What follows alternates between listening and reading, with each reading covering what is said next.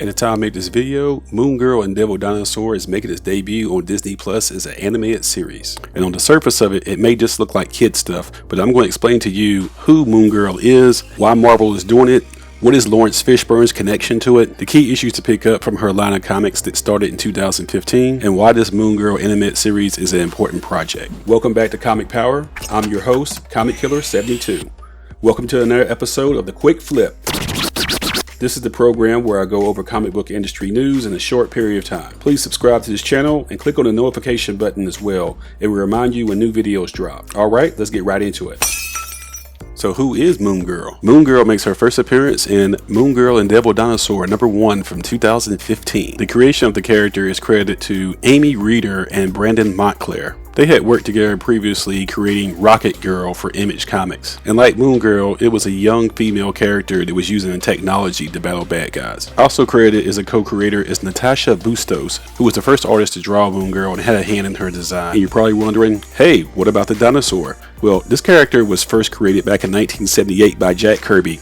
Of course, who else? In a very influential but short-lived series called Devil Dinosaur, and the dinosaur had a sidekick called Moon Boy, taking place in prehistoric times. So for this update, they changed the name to Moongirl, but it's not prehistoric times, it's modern times. And she's not the same character, she's a different character. Her real government name is Lunella Lafayette. The name is a continuation of a house style that Marvel created under Stan Lee, where the character's first and last name have the same letter. And Marvel uses it a lot. Peter Parker, Reed Richards, Pepper Potts, Sue Storm. Stan Lee said he used this technique a lot because he said it helped fans remember the name of the character. I guess he was right. And her name Lunella is a variation of the word Luna, which means moon in Latin. So her first name literally means moon. So when we're introduced to Moongirl in issue #1, she's a mischievous, curious, brilliant African-American female in the 4th grade. She just so happens to stumble across a technology from the Kree called the Omni-Wave Projector, which allows the user, if they know what they're doing, to open up portals in different dimensions. So that's how she gets a big red dinosaur from prehistoric times. As I stated before, she made her debut in issue #1, which came out in November of 2015. At the time I make this video, her story is complete and Marvel's calling it a wrap after 47 issues. So unlike DC, who tried to force upon us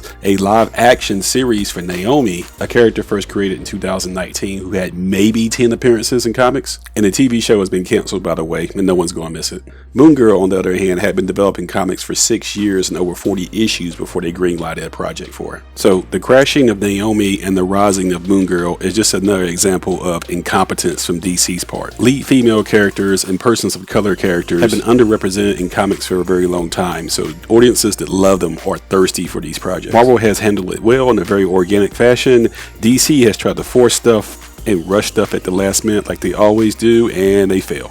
But I digress. During that 5 years of comic development, they also did other things with Moongirl, such as crossing her over with Amadeus Cho, aka the Totally Awesome Hulk, and Ben Grimm from the Fantastic Four. And this animatic shows Amy Reeder's process for creating the cover, which is Moongirl Devil Dinosaur #14 from 2016. They also crossed her over with Riri Williams, and here's the animatic for that, which is Amy Reeder's cover for issue #15, which was released in 2017. You also got an appearance by Kamala Khan, aka the new Miss Marvel. As you know, got her own live-action show on Disney Plus in 2022. Here she is hanging out with the X-Men in issue #17. And what does Dr. Doom want with her in issue #18? Well, the answer to that is that this young girl may be the smartest person alive in the Marvel 616 universe. And she literally comes out of nowhere and everyone's like, who is this? And even the Silver Surfer and Galactus show up. So why is Moongirl so important? Because it's a great starter book for new, very young female readers, especially very young female readers. Think about it. If you have a daughter who's too old for Doc McStuffins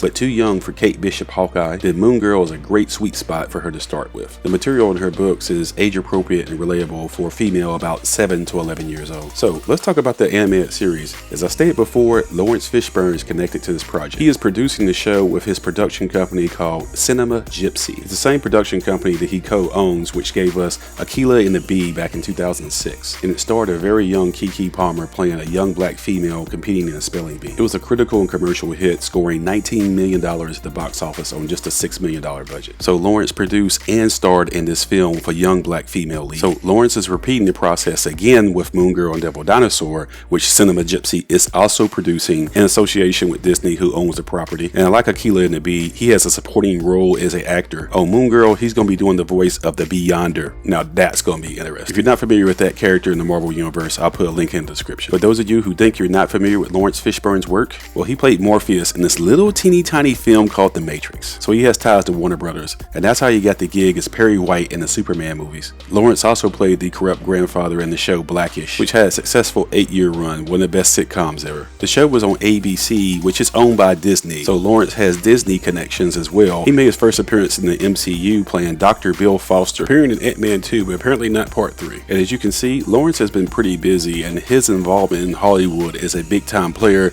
is instrumental in making sure that Moongirl got made. So the big question now is, who's going to be the lead for the voice of Moongirl in the series? To me, I thought it would have been a slam dunk to get Marcy Martin, who played the granddaughter of Lawrence Fishburne's character in Blackish. We watched her grow up before our eyes, and she has incredible comedic timing. She's going to be around for a long time. But it turns out it's not going to be her. It's going to be a new up-and-coming actress named Diamond White. Her credit sheet is very thin. She's appeared in live action in a few Madea movies, but she does have voice work credit in a Lion King spinoff called The Lion Guard. I'm sure Diamond will be fine, and I'll be cheering her on and supporting her. Alfre Woodard also will be showing up to do a voice on the show. She too has MCU connection, playing the grieving mother who verbally beats down Tony Stark about her son being killed in Sokovia and it being his fault in Civil War. She also plays a corrupt politician in the Netflix series Luke Cage. For you purists out there, I know that the connections to the MCU are very loose, but I'm counting it. So the animated TV show is in good hands. The experience of Lawrence Fishburne is going to see it through. It's going to be great. The street date for the release of the animated show is February 10th,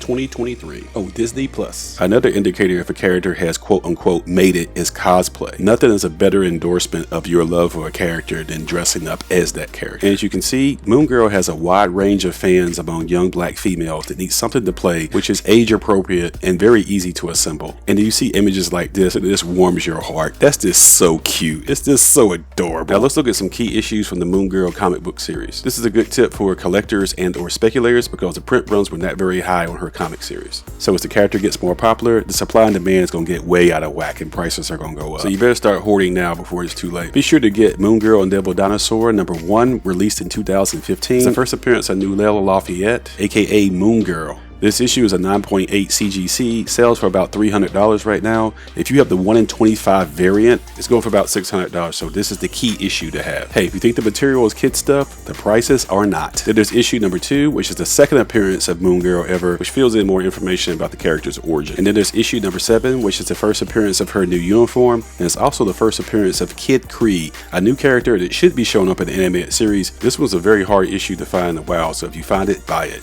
Issue #13 has a very cool cover, and it's announced that she's the smartest person in the Marvel Universe. In issue #15, she crosses over with Riri Williams. In issue #17, she crosses over with the X-Men. Issue #21 is a doppelganger story, so that should be interesting.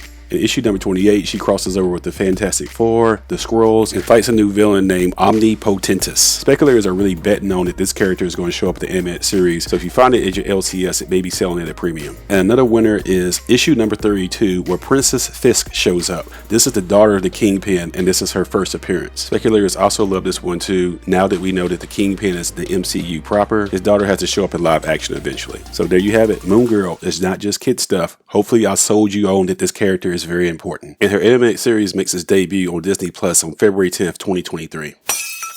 And by the way, she also did a crossover miniseries with Miles Morales in 2022. While you're here, be sure to check out some of my previous videos I made of other female Marvel characters headlining their own projects, such as America Chavez, also known as Miss America, who made her live action debut in Doctor Strange 2, Multiverse of Madness, and Riri Williams, aka Ironheart, who made her debut in Black Panther 2, and will be getting her own live action Disney Plus show in late 2023. This is Comic Killer 72 for Comic Power, signing out and saying bye-bye.